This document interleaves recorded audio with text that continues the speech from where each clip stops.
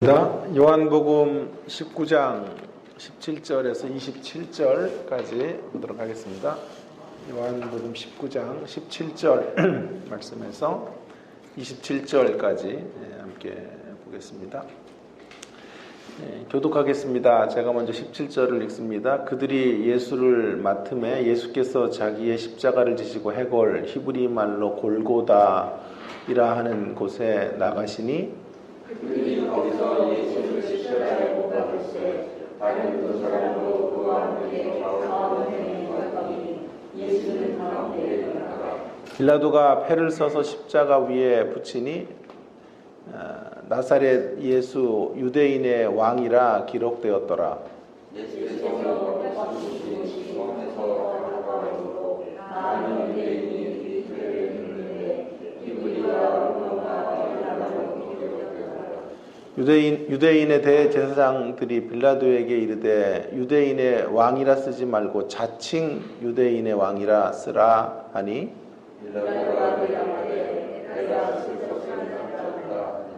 군인들이 예수를 십자가에 못 박고 그의 옷을 취하여 네 깃에 나누어 각각 한 깃씩 얻고 속옷도 취하니 이 속옷은 호지 아니하고 위에서부터 통으로 짠 것이라. 군인들이 서로 말하되 이것을 짓지 말고 누가 원하는지 복자하니 이는 성경에 그들이 내 옷을 나누고 내 옷을 질 뿐말다 그것을 불하게 하려 하느라. 군인들은 이런 일을 하고 예수의 십자가 곁에는 그 어머니와 이모와 글로바의 아내 마리아와 막달라 마리아가 섰는지라.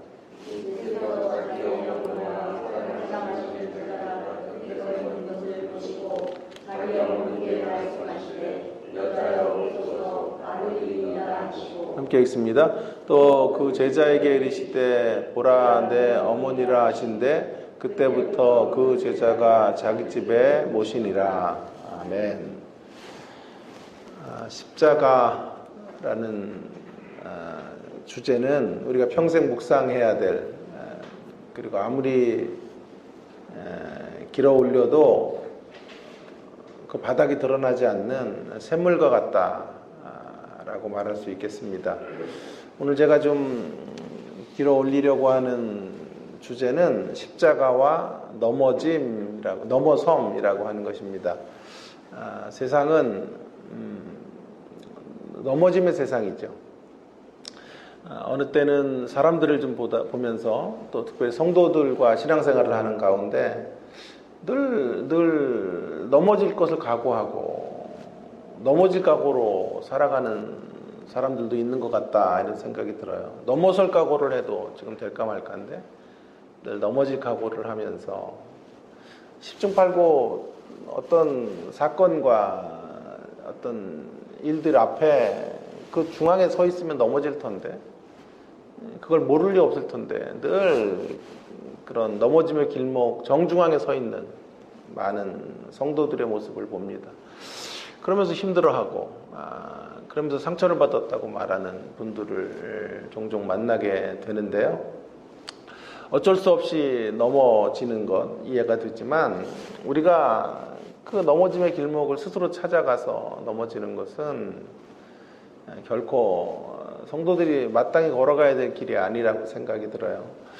이 넘어섬이라고 하는 주제는 사실은요, 어찌 보면 한국교회에서 잘 이런 걸 다루질 않죠. 그래서 되게 하찮은 주제라고 생각하실 수 있겠지만 하찮은 주제가 아니라요, 매우 구체적인 주제예요.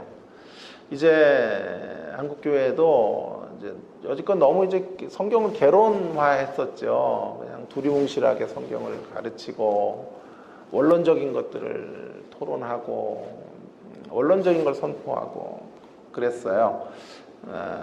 그것이 불필요하다는 것이 아니라 이제는 100여 년이 훨씬 넘는 한국교회의 현실 속에서 이제 강론으로 좀 들어가야 돼요. 기독교 신앙의 강론을 좀 말할 때가 되지 않았나 싶어요. 매우 좀 구체적이고 섬세한 복음, 그리고 일상의 복음을 아주 좀 치밀하게 전해야 될 그런 현실 앞에 우리가 서 있다고 생각해요.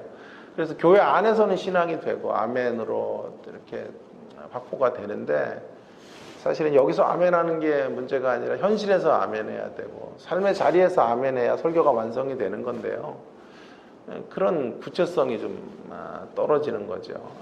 마치 무슨 제가 제 표현에 의하면 무협지 소설과 같은 설교들, 이런 설교들을 하고 있죠. 한번 그 얘기를 했더니 우리 서목사님이 설교 때 한번 그 얘기를 또 대받아서 하시더라고요. 자기는 무협지 소설을 좋아하는데 이유재 목사가 그걸 좀 비판하는 것 같다 그러셔서, 무협지를 비판하는 게 아니고요. 그런 설교, 그렇게 황당무계한 듯한 메시지, 그런 메시지는 이제 더 이상은 설교로서 존재해서는 안 된다, 이런 생각이 좀 제가 들어요. 보다 구체적이고 보다 좀 세밀하게 우리의 일상으로 접근해가는 이런 설교들이 필요하지 않을까 싶은데요. 오늘 말씀을 준비하는 중에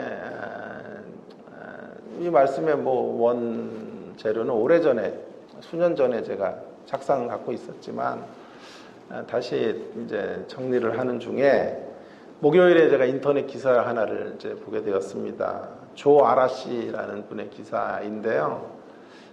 희귀 아무랄타가 올 4월에 세상을 떠난 30대 자매입니다. 그런데 이 자매가 자신의 부의금을 소아암 치료를 위해 써달라고 부모에게 부탁을 하고 이제 소천을 한 것이죠. 화순 전남대 병원이라는 곳에 그의 어머니가 이제 기부금을 전달하는 사진과 함께 그녀의 조 아라시에 대한 기사가 이렇게 소개가 되어져 있었습니다. 고대 경영학과를 나와서 삼성전자 무선사업부에 과장으로 재직하고 있었고, 미국의 MBA 유학을 준비하는 중에 근육에 생기는 희귀암 4기 진단을 받게 됩니다. 죽음을 직감한 그녀는 가족들이 가까이에서 이제 만날 수 있는 전남대 화순 전남대 병원을 옮겨 치료를 받게 됩니다.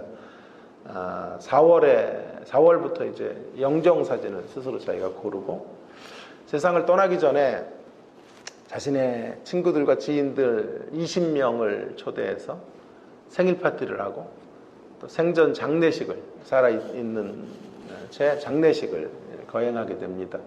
장례식에서 조 씨는 부탁해요.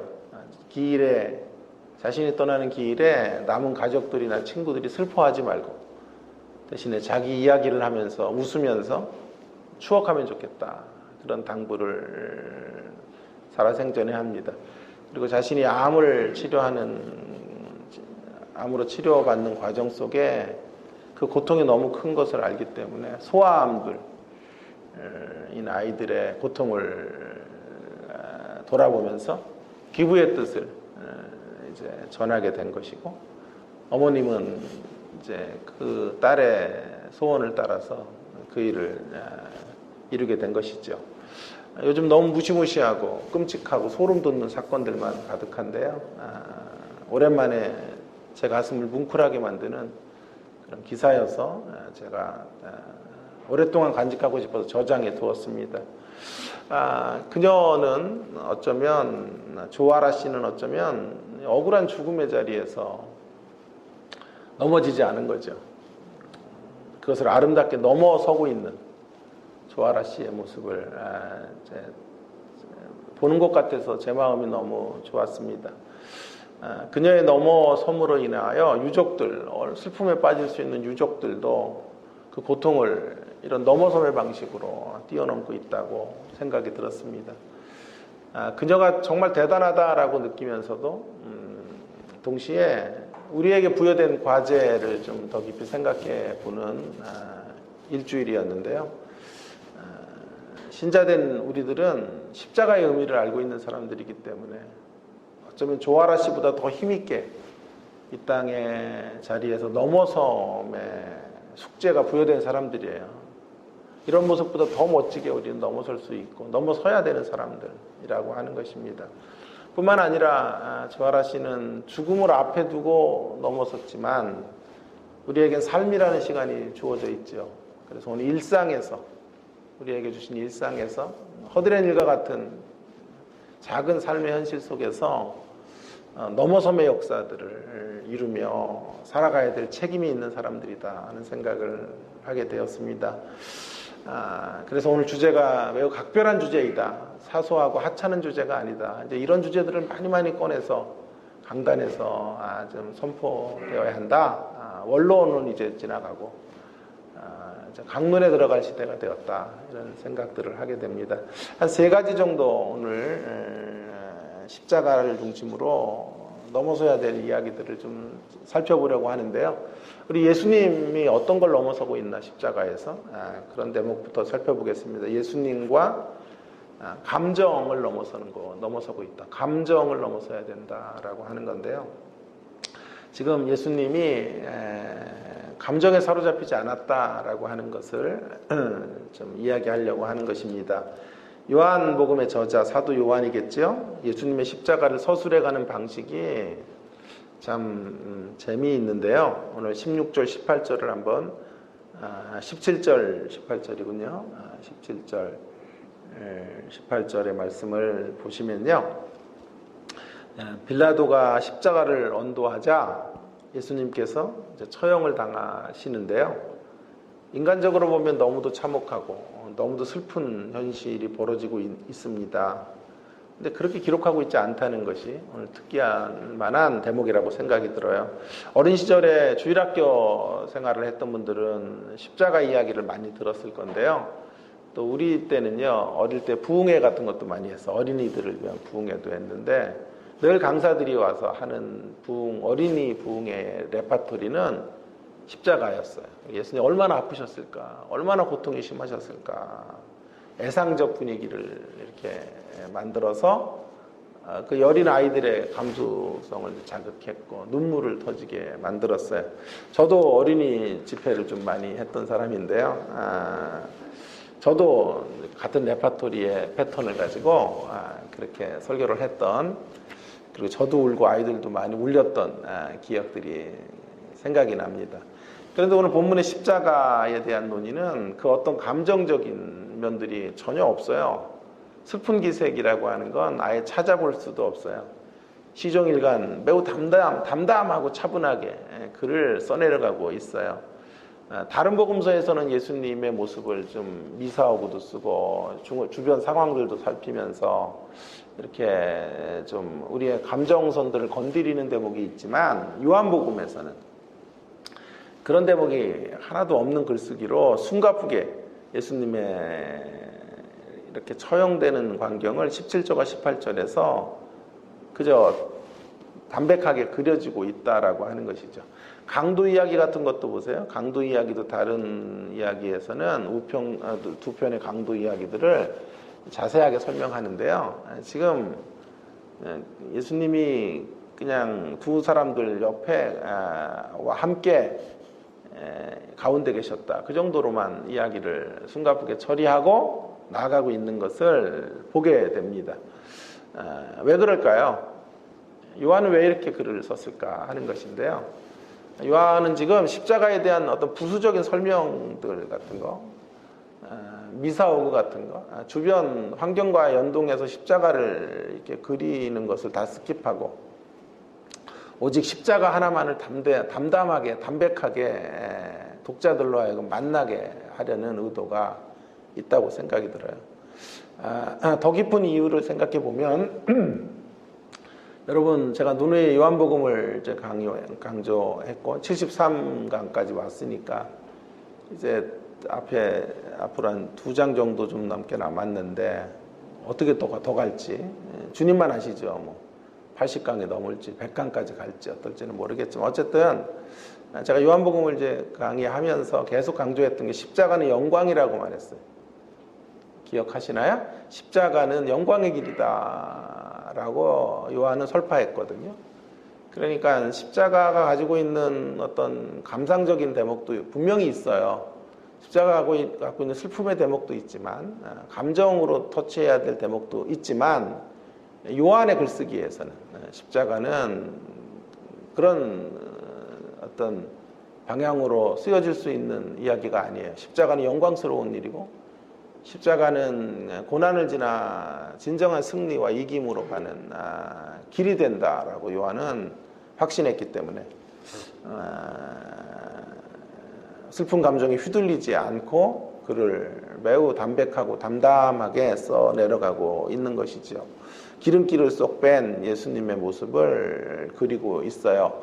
여러분, 이런 모습이 왜 중요하냐 하면 저는 이 대목을 좀 묵상하다가 우리의 사명을 가로막는 길목에 지나친 감정의 요소들이 있을 것이다 라는 생각을 하게 된 거죠.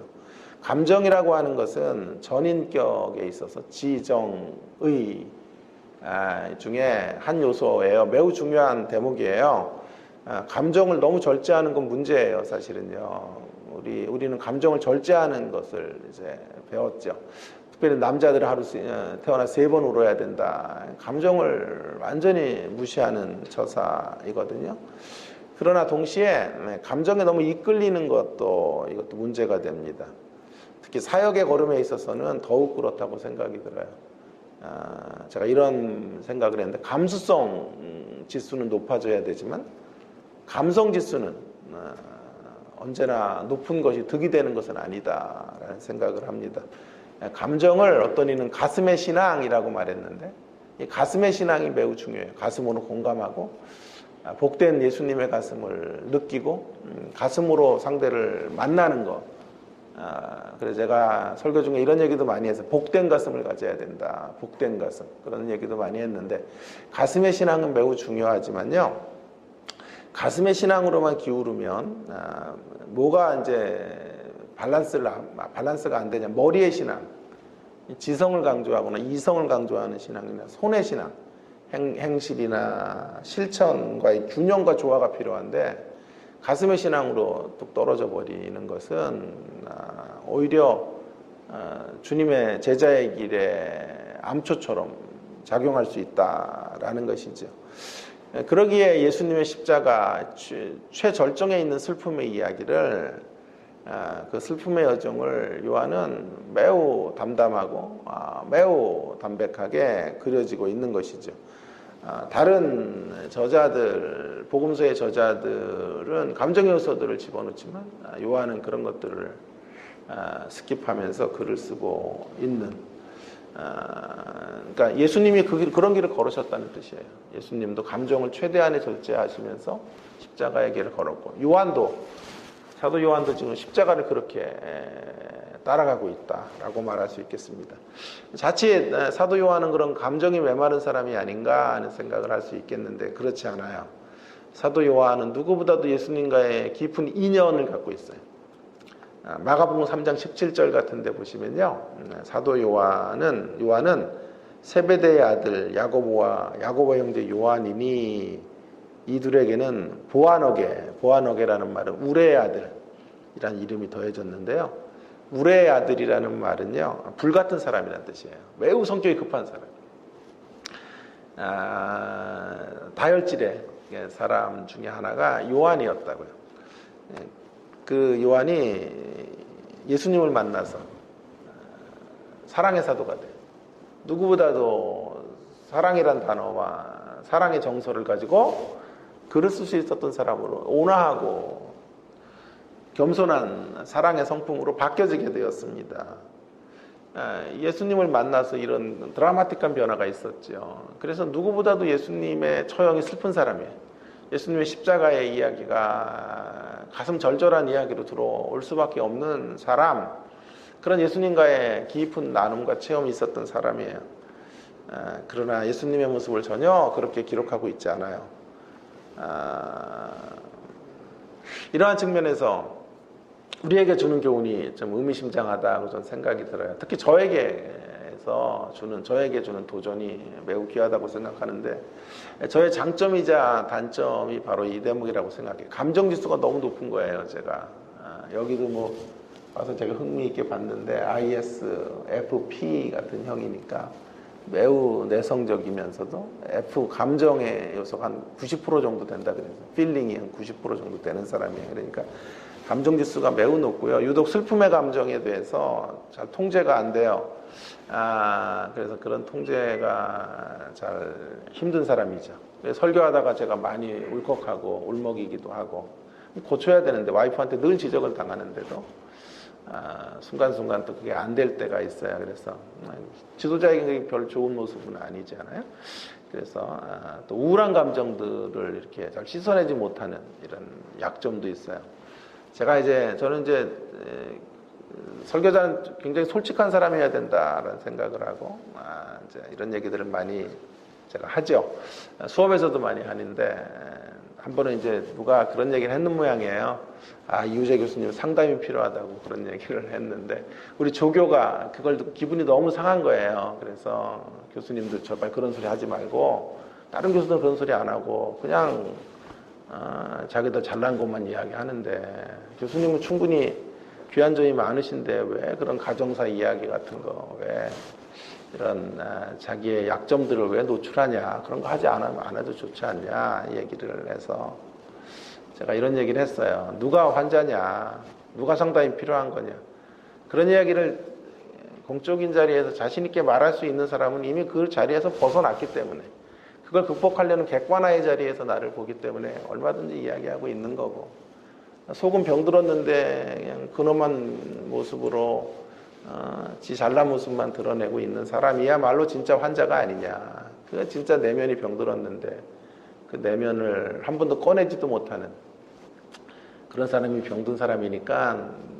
그런 거에 대해서 조교로서 마음이 아픈 건 이해하는데 너무 신경 쓸 필요 없다. 나는 내 길을 갈 거다. 그런 얘기를 제가 우리 조교에게 한 적이 있는데요. 사실은 제가 이런 게 약점이죠. 감정이 지수가 너무 크고 또 우울함의 기질도 되게 큰 사람이에요.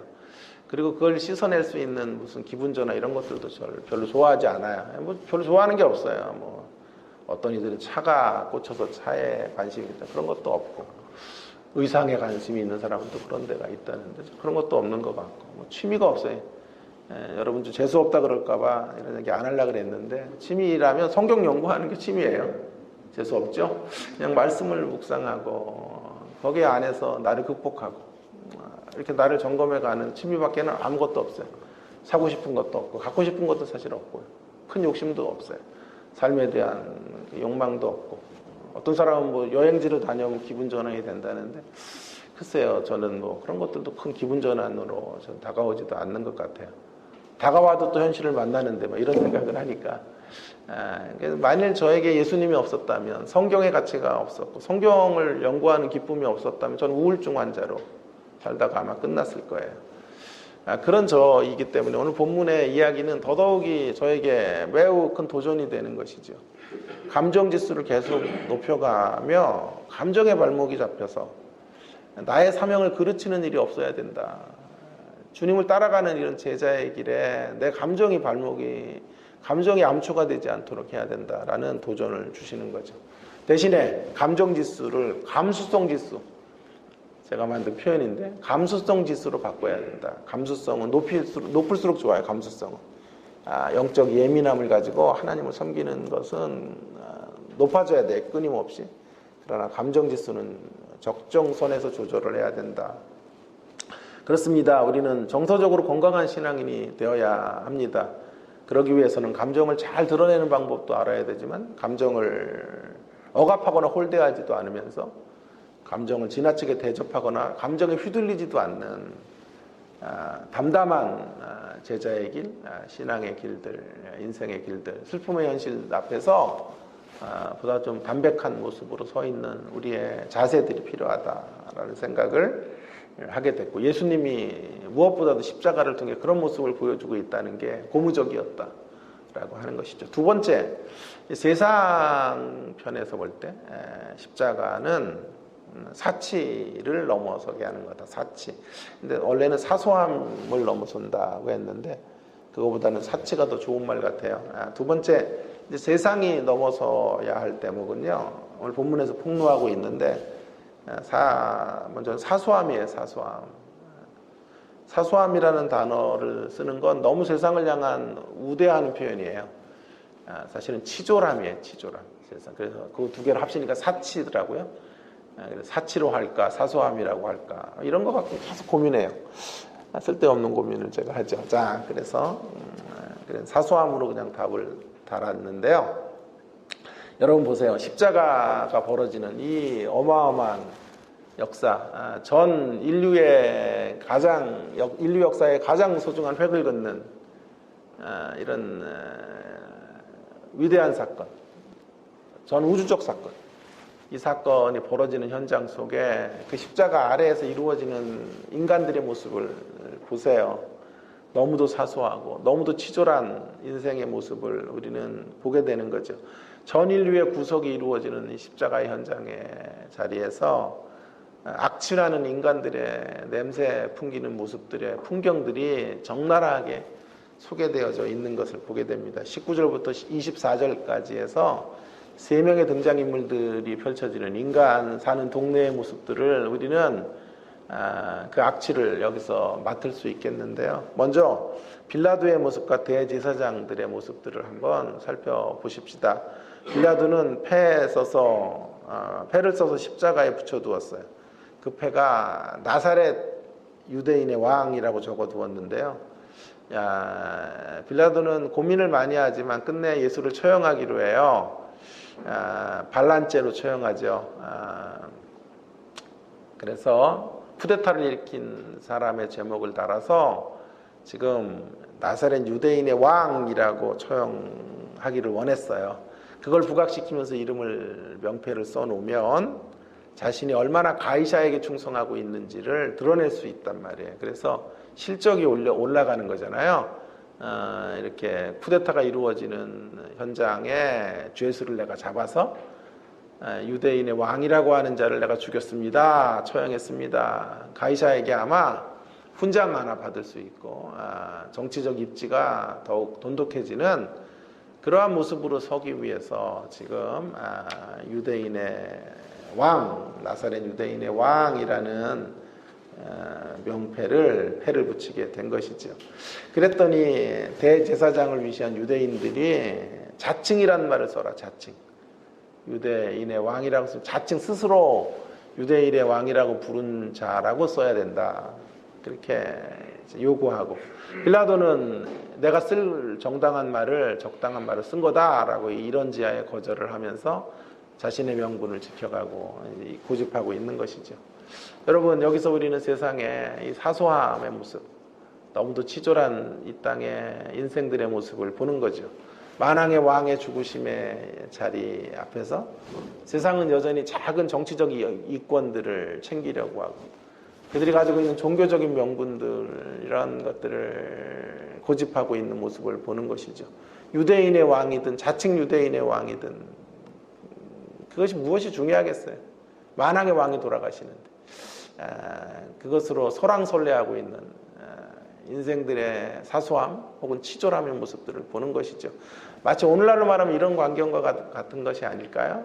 사랑하는 아버님이 돌아가셨는데 장례가 마쳐지기도 전에 자녀들이 유산 상속 가지고 문제를 벌이고 법정 대리인들 혹은 변호사들을 이미 선임해서 그런 투쟁을 벌이고 있는 싸움판이 벌어지고 있는 장례식의 장면들 같은 모습이라고나 할까요? 그런 일들의 치졸함, 그런 모습의 어떤 너무도 사소한 인간의 모습들의 이야기들이 소개되어져 있는 것이죠. 아무튼 빌라도는 이러한 자신의 정치적 의도로 나사렛 유대인의 왕이라고 썼지만 그 뒤에 역사하시는 분은 우리 하나님이셨죠. 예수님이 진정한 왕이심을 이런 정치적 의도를 사용해서 드러내고 계시는 거죠. 이를 위해서 팻말을 아람어, 라틴어 그리고 그리스어로 쓰게 하심으로 우주적 왕이시라는 것을 드러내는 효과를 나타내시게 된 거죠. 다음으로 군병의 모습인데요. 군병의 모습 속에 있는 사치를 봅니다. 사소하고 치졸함의 모습을 보는데요. 예수님이 십자가에 못 박히신 후에 벌어진 일이 기가 막혀요. 군인들이 겉옷을 4조각으로 나누어 가지는 거예요. 4조각으로 이렇게 분리될 수가 있었던 것 같죠. 아마도 겉옷을 이렇게 가져가게 됐던 이유는요, 저희 학교 요한복음 전공자 교수님의 견해에 의하면 이 겉옷이 그 당시에는 담요처럼 쓰였다고 하죠. 그래서 낮에는 몸에 걸치는 도구였고 밤에는 그걸 덮고 떼어서 덮을 수 있는 그런 용도로 사용할 수 있기 때문에 예수님의 겉옷을 취했다. 그렇게 주장을 하더군요. 속옷이라는 건 이렇게 찢어질 수가 없고 나누어질 수가 통으로 이렇게 짜여져 있어서 속옷은 어떻게 해요? 서로 제비를 뽑아가지고 누가 가질래? 그래서 갖게 되었다라고 하는 거죠. 역사상 가장 위대한 죽음의 현장 앞에 세상이 버리고 있는 이 사치스러운 모습 보세요. 사소하고 치졸한 모습. 이것이 세상의 모습이에요. 그 죽은 이의 겉옷이나 속옷을 누가 가지고 살 거냐? 누가 챙길 거냐? 라고 하는 이 치졸한 모습들, 이 사소한 모습들을 우리는 보게 되는 거죠. 이것이 세상이지만 이건 이미 성경이 예고된 모습이에요. 시편 22편 18절에 이미 예고되었어요. 오늘 24절 본문에 보시면 그것이 성경에 예고되었다는 것을 우리 가운데 말하고 있죠. 군인들이 서로 말하되 이것을 찢지 말고 누가 얻나 제비를 뽑자 하니 이는 성경에 그들이 내 옷을 나누고 내 옷을 제비 뽑나이다 한 것을 응하게 하려 함이로라. 하나님은 그 어떤 경우에도 그 어떤 환경 속에서도 하나님의 뜻을 이루어 가신다라고 하는 거죠. 하나님의 계획에는 실패가 없다라고 하는 거죠. 주위를 살펴보면 절망할 수밖에 없지만 어떤 상황 속에서도 심지어 악을 사용해서라도 말씀을 응하게 하시는 우리 하나님이시라는 것, 우리가 그 사실을 응시하게 된다면 여전히 우리 안에는 소망이 있고 이 땅 안에서 희망을 말할 수 있다라고 확신하게 되는 것입니다. 다시 우리 세상이 갖는 이 사치의 모습으로 돌아가 보면서 적용을 좀 해보겠습니다. 우리들이 예수님의 십자가의 정신을 사는 사람이 되지 못하면 우리는 평생 이렇게 살다 끝나요. 평생 내 이권, 내 작은 이권, 내 유익, 내 분깃을 어떻게 챙길 것인가, 그것을 오직 관심을 집중하다가 거기에만 온통 혈안이 되어서 사치스러운 인생, 사소하고 치졸한 인생을 살다가 끝나게 되는 거죠. 어느 유명한 사람의 말 표현에 의하면 말할 수 없는 존재의 가벼움으로 살다가 깃털만큼 가벼운 인생의 길을 걷다가 떠나게 되는 거죠. 얼마 전에 양희은 씨가 한번 예능 프로에 나와서 잠깐 봤어요. 조영남, 이성미 씨와 함께 묘비명을 뭐라고 할까 이런 이야기를 하는데 재밌게 들었어요. 양희은 씨는 이제 여러분 암으로 6개월 시한부 인생 판정받다가 이제 그 암을 극복하고 지금 이렇게 오랫동안 장수하고 계시는데 음식하는 걸 좋아해요. 그래서 자기를 살린 건 집밥이다. 날마다 집밥을 자기가 손수 짓거나 언제나 집밥 먹고 외식을 거의 하지 않는다 그러는데요.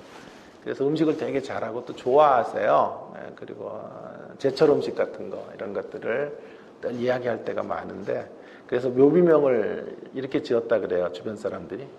그렇게 지가 한 밥이 맛있다더니 라고 이제 묘비명을 지었다 그래요. 조영남 씨는 뭐라고 지었는지를 이제 옆에 있는 분들이 묻자 양희은 씨는 조영남 씨가 여성 편력이 좀 있으니까요. 그래서 이렇게 지었다 그러네요. 그렇게 껄떡이더니 라고 지었다 그래요. 그런가 하면 버나드 쇼라는 사람은 묘비명을 어떻게 지었다 그랬죠? 우물쭈물하다가 내 이럴 줄 알았다. 번역이 뭐 잘못되니 안 되니 뭐 얘기가 많지만 오히려 잘된 번역이라고 하는 사람도 있어요. 우물쭈물하다가 내 이럴 줄 알았어. 그래서 제가 한번 재밌게 한번 두 개를 엮어봤어요. 조영남과 버나드 쇼의 묘비명을 함께 엮으면 세상의 묘비명이 되지 않을까. 하여튼 예능도 이렇게 봐요. 제가 예능도 이런 식으로 연결해서 보는데요. 그래서 연결해 보면 세상 사람들은 평생 우물쭈물하다가 우물쭈물하며 껄떡이며 살다가 끝나는 거예요. 온갖 욕망으로 인해 껄떡이며 살다가 우물쭈물 껄떡이다가 인생을 마치는 존재들이라고 해도 틀리지 않을 것이에요. 여러분 세상만 그럴까요? 우리도 이 세상의 모습 가운데 이런 교훈들을 타산지석 삼지 못하면 우리 앞에 우리의 인생 속에 달라붙는 단어들은 사소함, 치졸함, 가벼움으로 점철된 인생을 살다가 끝나고 말 거예요. 여러분, 우리 십자가의 사람으로 살아가야 되겠습니다. 십자가의 사람으로 살 때 우리 앞에 이런 단어들이 들어오게 되는 거죠. 대범함, 비범함, 광대함, 진중함. 진중건 말고요. 진중함. 뭐 이런 말들이 우리의 인생에 합당한 단어들이 될 수 있기를 주의 이름으로 축원합니다. 십자가를 목에 걸고 다니는 사람 정도가 아니라요. 십자가의 정신을 살아내는 십자가 교회, 주님의 십자가 교회 모든 구성원들이 되기를 다시 한번 주의 이름으로 축원합니다. 이제 간략하게 한번 하나 더 이야기할 것은 교회와 예수님과 십자가, 세상과 십자가. 예수님은 십자가를 통해 감정을 넘었고 세상은 치졸함을 넘었고 사소함을 넘어서야 되고 교회는 뭘 넘어서야 될까요? 교회는 교회와 혈연적 가족의 관계를 넘어서야 된다라고 하는 건데 25절과 27절에 보면 이제 십자가와 교회가 넘어서야 될 대목을 점검해 주고 있는데요. 십자가를 통해 신앙 공동체가 넘어가야 될 대목은 혈연적 가족이라는 좁은 울타리를 넘어서는 거죠. 혈연적 가족이 중요하지 않다라는 게 아닙니다. 그것을 부인하는 게 아니고요. 그것을 뛰어넘어서 더 크게 영적 가족을 이루어야 한다라고 하는 것이죠. 그래서 십자가 아래서 영적 가정이 형성되는 장면을 강조하고 있어요. 25절, 27절에 예수님께서 자신의 어머니를 사랑하는 제자 요한에게 부탁하고 있죠. 예수님의 효심을 말할 수도 있지만 그보다는 영적인 의미가 강조되고 있는 것이죠. 십자가를 통해 새로운 가족 공동체가 만들어지고 있다라고 하는 거죠. 십자가는 왜 지시는 거예요? 새로운 영적 가족, 혈연적 가족을 넘어서서 영적 가족을 만드는 작업이 십자가예요. 그래서 십자가에서 예수님은 마리아와 요한을 어머니와 아들의 관계로 연결짓고 있는 거죠. 이렇게 십자가는 옛 시대를 넘어서 새 시대의 도래를 알리는 신호탄이에요. 십자가를 통해 임하게 된 새 시대는 새로운 삶의 방식을 요구해요. 그 삶의 방식은 나와 내 가족이라는 좁은 울타리, 소우주의 안녕만을 추구해가는 삶에 집중하는 게 아니라 보다 넓은 울타리를 생각하는 거죠. 신앙 공동체 전체를 바라보면서 살아가고 그들과 가족관계를 이루며 살아가는 존재 방식을 이제 존중해 가는 것이죠. 이러한 차원에서 교회는 가족이에요.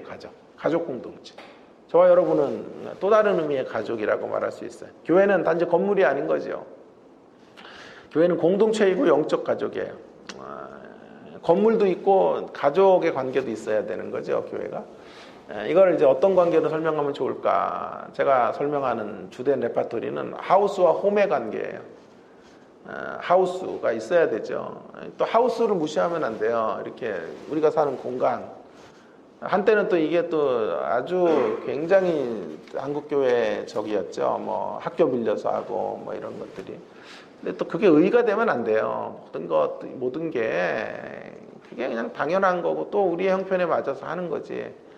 우리는 뭐 이걸 안 하고 있다. 뭐 그렇게 그런 것들을 자랑 삼아 간증했던 시기들도 있었는데 그게 또 올무에 걸리더라고요. 교회가 커지는데 10,000명이 모이고 막 20,000명이 모이는데 건물을 끝까지 안 짓겠다고 하니까 교인들이 모일 공간들이 없어요. 그래서 그런 것들도 좀 왜 무슨 원칙을 그렇게 정할 필요는 없을 것 같아요. 하나님께서 주시는 어떤 방향을 따라서 학교 건물도 쓸 수 있고 또 다른 건물을 안 지을 수도 있고 또 지을 때 되면 지을 수도 있는 교인들의 유익과 또 건덕을 위해서 얼마든지 이런 방향들을 바꿔야 되는데 어쨌든 하우스를 무시해도 안 돼요. 이 건물로서의 예배, 당의 기능들이 중요하다라고 하는 것이고 그러나 그것이 있어도 홈이 없으면 안 돼요. 홈이. 그것보다 더 중요한 건 건물 안에 있는 홈이에요. 홈. 넓은 평수에 살면서도 서로 으르렁거리고 싸운다면 그것은 진정한 가족이 만들어지지 않은 것이죠. 아름다운 공동체, 다시 말하면 스윗 홈이 이루어지는데 초점을 두어야 하는 것이죠.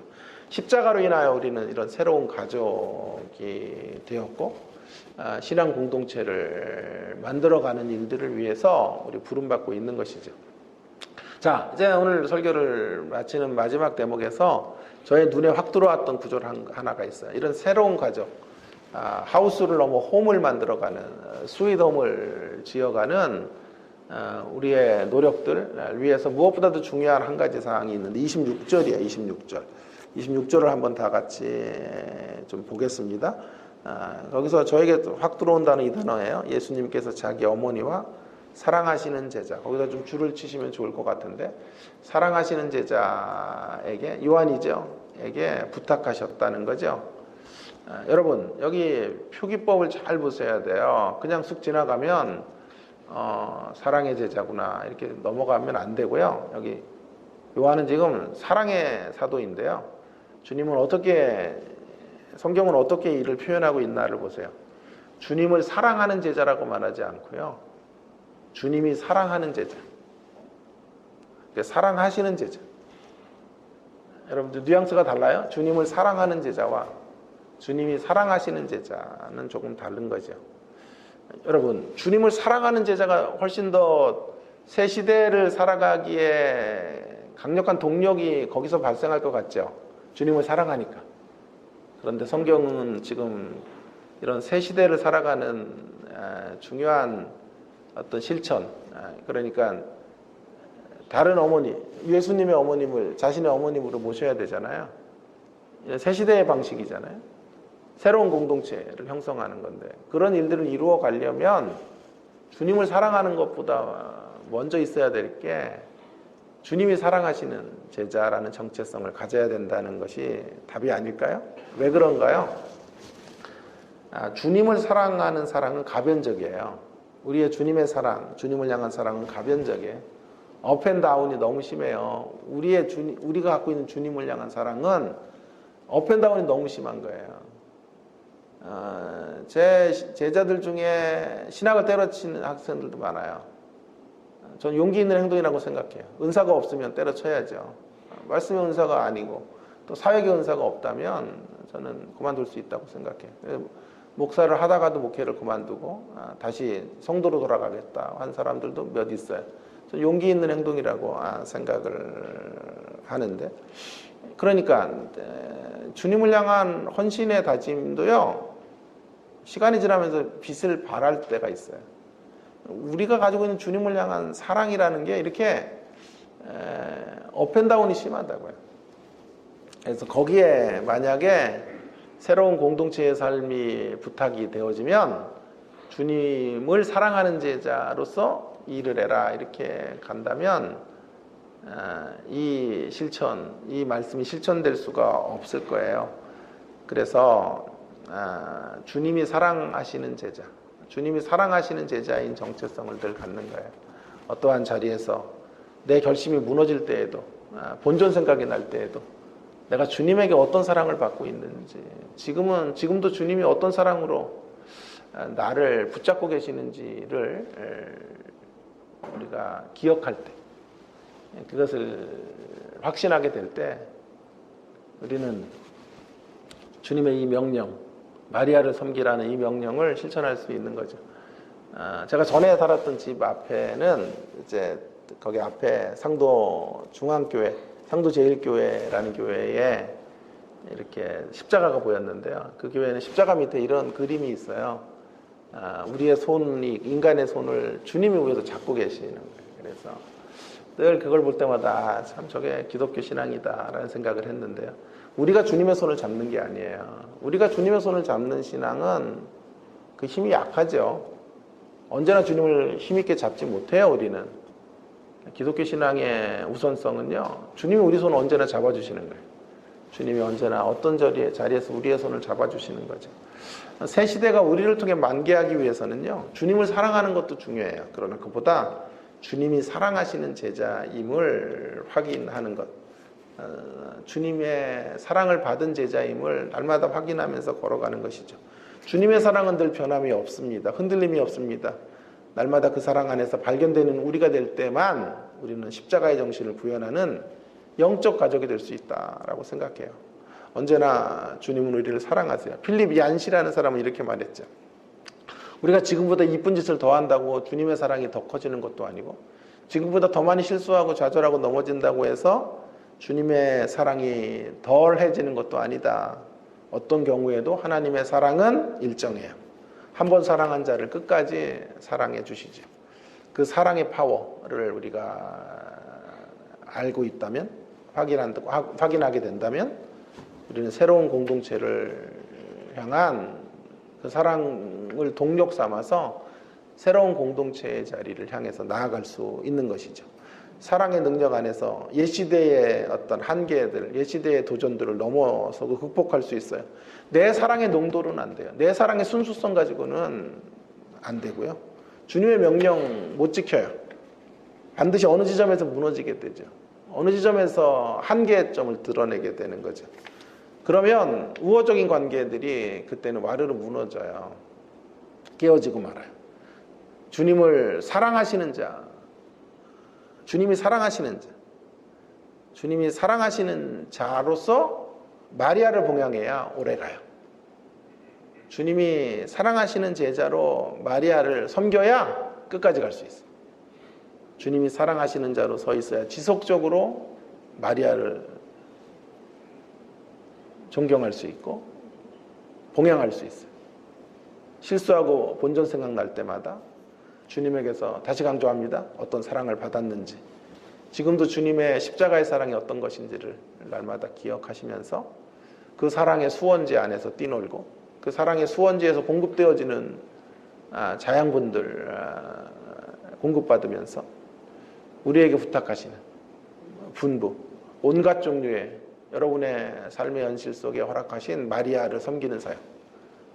마리아를 섬기는 사역이에요. 우리의 사역은요. 그 마리아가 누군지, 부모님일 수 있고 자녀일 수 있고 아내일 수 있고 또 공동체의 지체일 수 있어요. 그가 누구이든지 주께서 분부하신 마리아를 섬기는 사역을 감당하라. 그렇게 성경은 우리에게 도전하고 계시죠. 오늘 좀 제가 좀 색다른 십자가에 접근을 해봤어요. 십자가와 넘어섬이라는 주제를 가지고 예수님, 세상, 제자 공동체가 넘어서야 될 대목들을 교훈받았어요. 늘 시험에 들고 넘어지는 것은 옛시대의 구습을 쫓는 거예요. 이제 우리는 넘어지지 말아야 돼요. 이제는 십자가의 사역을 중심으로 십자가 사역으로 출발한 새 시대를 사는 사람들이 되어야 되겠습니다. 새 시대에 발맞춰가는 우리가 되기를 간절히 바랍니다. 새 시대의 가장 중요한 특징